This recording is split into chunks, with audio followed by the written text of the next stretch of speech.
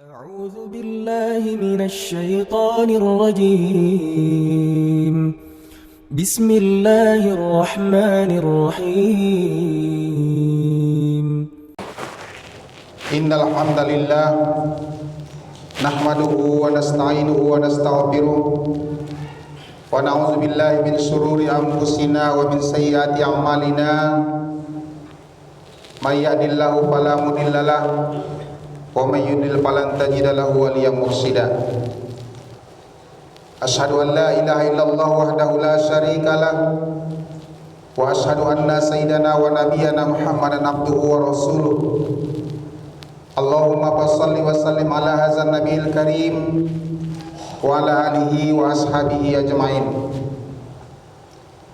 فيا أيها المسلمون رحمكم الله أوصيكم بنفسي بتقوى الله فقد فاز المتقون.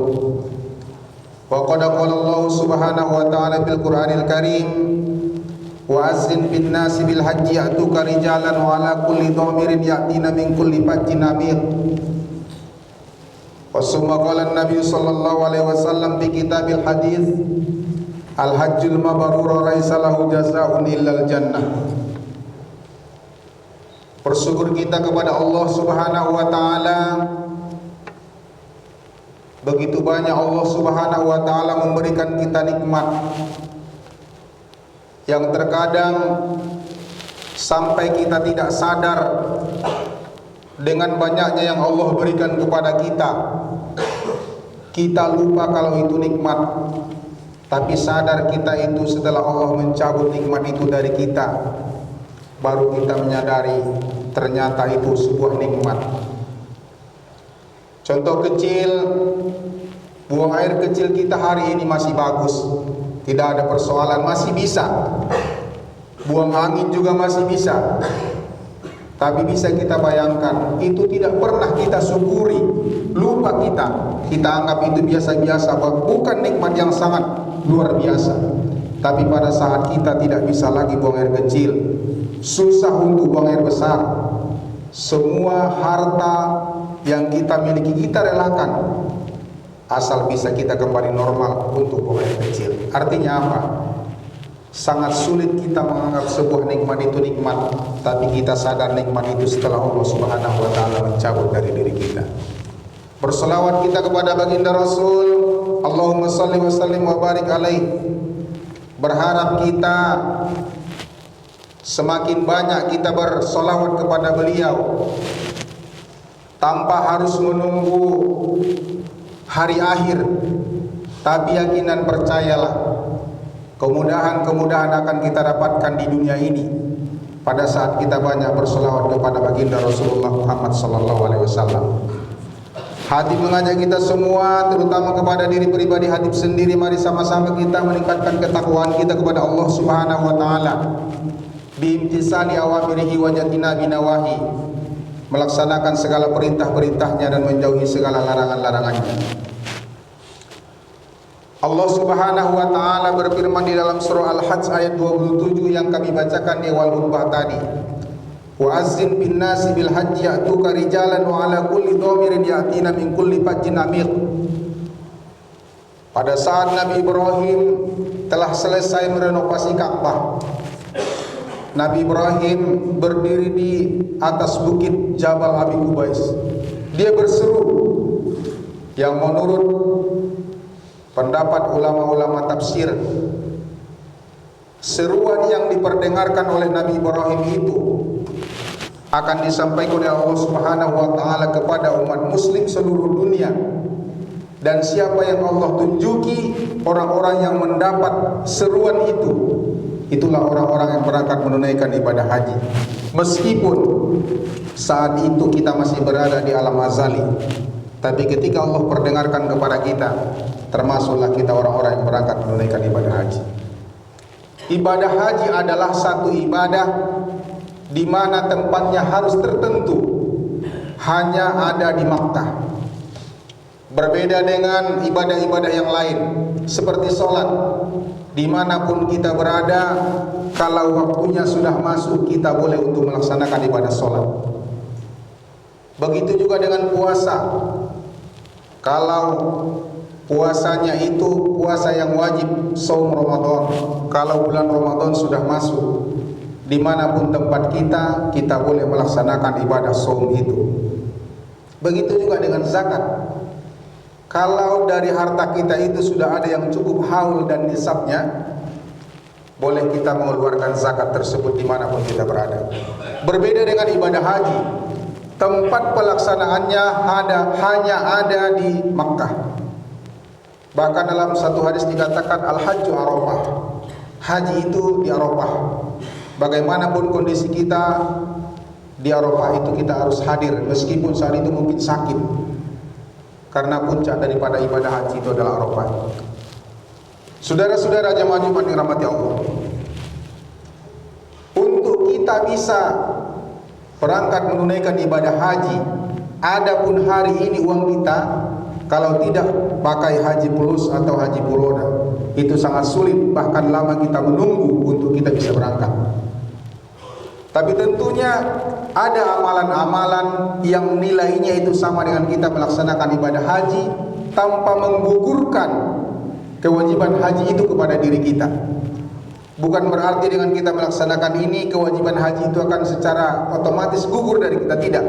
Tapi ada amalan-amalan, nilai-nilai ibadah yang kita lakukan itu sama nilainya dengan kita melaksanakan ibadah haji atau umrah. Apa itu?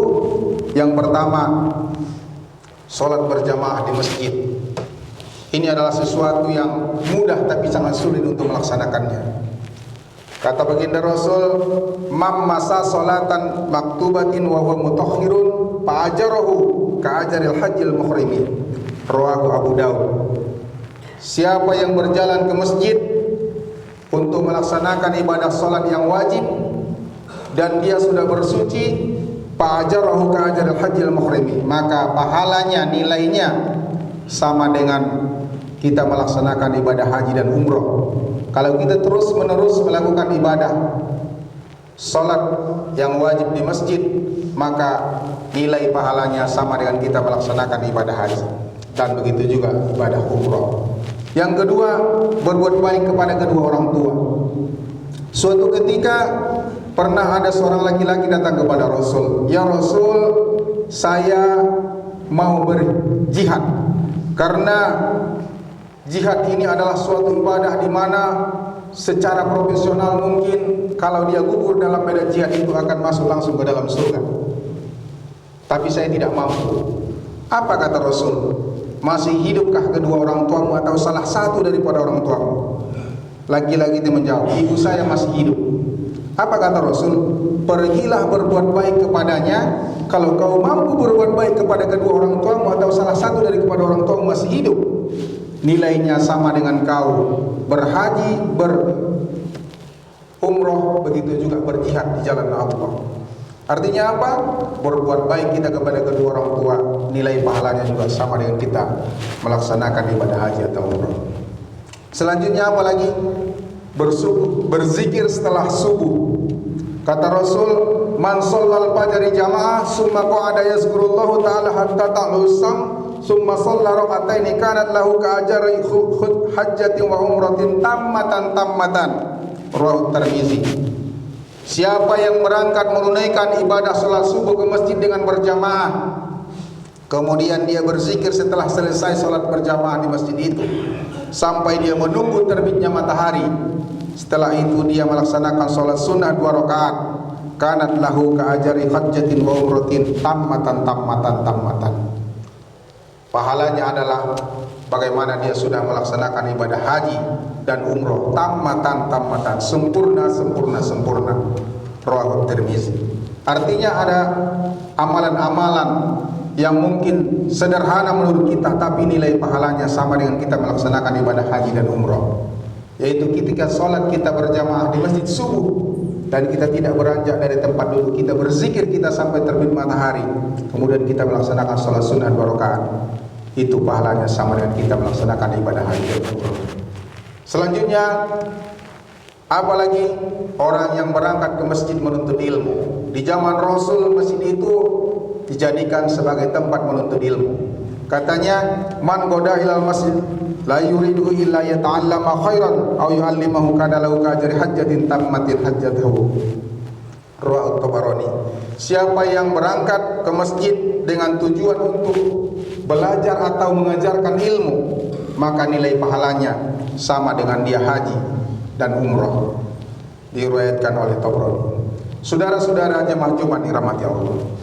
Tapi ada satu kisah di zaman Abdullah bin Mubarak, seorang ulama sufi. Pada saat itu dia melaksanakan ibadah haji di Mekah. Di sela-sela perjalanan dia melaksanakan ibadah haji ini, selesai tawaf dia tertidur di Hijr Ismail. Dalam tidurnya dia bermimpi ada dua orang malaikat yang sedang bercakap-cakap. Kata malaikat yang pertama, berapa banyak orang yang melaksanakan ibadah haji tahun ini? Dijawab oleh malaikat yang satu, sekitar 600.000 orang. Tapi kata malaikat yang satu, dari yang 600.000 itu, satu pun tidak ada yang diterima hajinya. Abdullah bin Mubarak dalam mimpinya itu dia menangis sesungguhan. Dia bayangkan bagaimana orang sudah capek-capek menghabiskan dana yang sangat besar, bersusah payah untuk bisa melaksanakan ibadah haji ke Mekah, tapi dari 600.000 itu satu pun tidak ada yang diterima hajinya, kecuali satu orang, dan orang itu pun tidak ikut melaksanakan ibadah haji pada tahun ini, tapi hajinya diterima oleh Allah Subhanahu wa taala. Dan gara-gara haji satu orang itulah, makanya Allah Subhanahu wa taala menerima haji seluruh jamaah yang 600.000 pada tahun itu. Siapa itu orangnya? Kata malaikat yang satu. Dijawab malaikat yang lain, namanya Ali bin Al-Muwaffaq. Dia orang Damaskus. Pekerjaannya tukang sol sepatu. Dia terbangun dari mimpinya, selesai pelaksanaan ibadah haji, dia pulang ke Baghdad, ke rumahnya. Tanpa berpikir panjang dia letakkan barang-barangnya. Dia cari siapa sebenarnya Ali bin Al-Muwaffaq ini. Amalan apa yang ia lakukan sehingga tanpa dia harus ikut melaksanakan ibadah haji di tahun itu, tapi Allah Subhanahu wa taala menerima hajinya. Dan gara-gara dialah diterima haji seluruh jamaah haji yang ada ikut menunaikan ibadah haji pada tahun itu. Singkat cerita ditanyain semua sama Abdullah bin Mubarak, semua orang-orang yang tukang sol sepatu di Damaskus, di Syria. Oh, dia berada di ujung kota, dijumpai. Dia melihat pada saat bertemu dengan Ali bin Al-Muwaffaq ini biasa saja, pakaiannya lusuh, biasa saja. Apakah kamu Ali bin Al-Muwaffaq? Iya. Apa amalan kamu sehingga kamu bisa? Diceritakan dia lah cerita mimpi dia ini. Tidak ada, biasa-biasa saja. Sehari-hari saya hanya seorang tukang sol sepatu. Tapi apa yang kamu lakukan? Dia bilang, saya sebenarnya setiap hari saya menabung untuk berangkat menunaikan ibadah haji. Sampailah terkumpul di masa itu 350 dirham ongkos untuk berangkat naik haji. Saya sudah bisa kumpulkan itu. Tapi di saat mau berangkat, kebetulan istri saya waktu itu hamil. Dia mencium aroma yang sangat wangi masakan. Dan istri saya ngidam tentang itu. Bang, saya mencium aroma yang sangat wangi. Coba abang carikan dulu. Kalau bisa minta, kalau enggak dibeli pun. Saya kepingin sekali untuk memakan itu. Kata istri si Ali Al-Muwaffaq ini. Suaminya pun berjalan mengelilingi di daerah rumahnya. Siapa sebenarnya yang memasak itu? Jumpalah seorang janda yang lagi masak, yang punya anak yatim ada 6 orang. Diceritakannya istri saya sedang hamil. Istri saya mencium aroma yang sangat wangi. Dia berharap kalau bisa kami mintalah, tak usah banyak, sekedar melepaskan keinginan istri saya saja. Tapi kalaupun tidak bisa saya beli. Apa kata janda ini? Ini halal bagi kami, tapi haram bagi kalian. Bagaimana bisa halal bagi kami dua hukum yang berbeda sementara sama-sama muslim? Itu yang bertanya dalam hatinya. Dia ceritakan, kami ini orang miskin, saya mengasuh ada 6 anak yatim. Sudah beberapa hari ini kami tidak makan. Kebetulan kami menemukan bangkai keledai. kami ambil dagingnya, inilah yang saya masak, ini yang kami makan, makanya tidak halal bagi kalian, halal bagi kami. Mendengar itu dia pulang ke rumahnya, dia ceritakan ini kepada istrinya. Oleh istrinya memasak masakan. Berangkatlah orang itu menjumpai janda yang punya anak yatim ini, membawa masakan yang sudah dimasak oleh istrinya. Diberikanlah makanan ini. Kemudian dibawanya juga hajinya yang 350 dirham, itu ongkosnya. Dikasih dia kepada perempuan ini. Sedekahkannya. Gara-gara itulah dia tidak jadi berangkat menunaikan ibadah haji. Artinya apa? Bapak-bapak, saudara-saudara, ternyata kalau niat itu sudah ada, Allah Subhanahu wa taala tidak melihat bagaimana dia harus hadir di sana, tapi keikhlasan yang dia bangun, dia rela untuk tidak berangkat, dia berikan itu kepada fakir miskin. Padahal sesungguhnya penantian dia yang begitu panjang, dia kumpulkan dari hasil usahanya menjadi tukang sol sepatu bertahun-tahun, sudah cukup itu. Tapi di saat dia mau berangkat, dia lihat tetangganya ada yang kurang mampu, yang betul-betul membutuhkan, dia tidak jadi berangkat gara-gara itu. Artinya apa? Bapak, saudara-saudara, ada jalan-jalan lain yang tentunya mungkin menurut kita sederhana, tapi dalam pandangan Allah Subhanahu wa taala itu lebih mulia dibandingkan kita mungkin harus mengikuti ritual-ritual itu. Ada yang lebih penting. Tapi tentunya kewajiban haji itu adalah sebuah kewajiban bagi kita semua yang muslim pada saat kita sudah mampu untuk itu. Tapi yang kita kesalkan kadang-kadang, dia udah yang ketiga dan yang keempat, padahal ada mungkin orang yang lebih membutuhkan dengan itu. Ternyata Allah Subhanahu wa taala lebih melihat kepada itu. Tapi bagi kita yang secara ekonomi mungkin belum mampu untuk itu, mari kita sama-sama mengamalkan amalan-amalan, ibadah-ibadah yang nilainya ketika kita kerjakan itu mendapat nilai sama dengan kita melaksanakan ibadah haji dan umrah. Karena kata Rasul, al-hajjul mabrur laisa lahu jazaa'un illal jannah.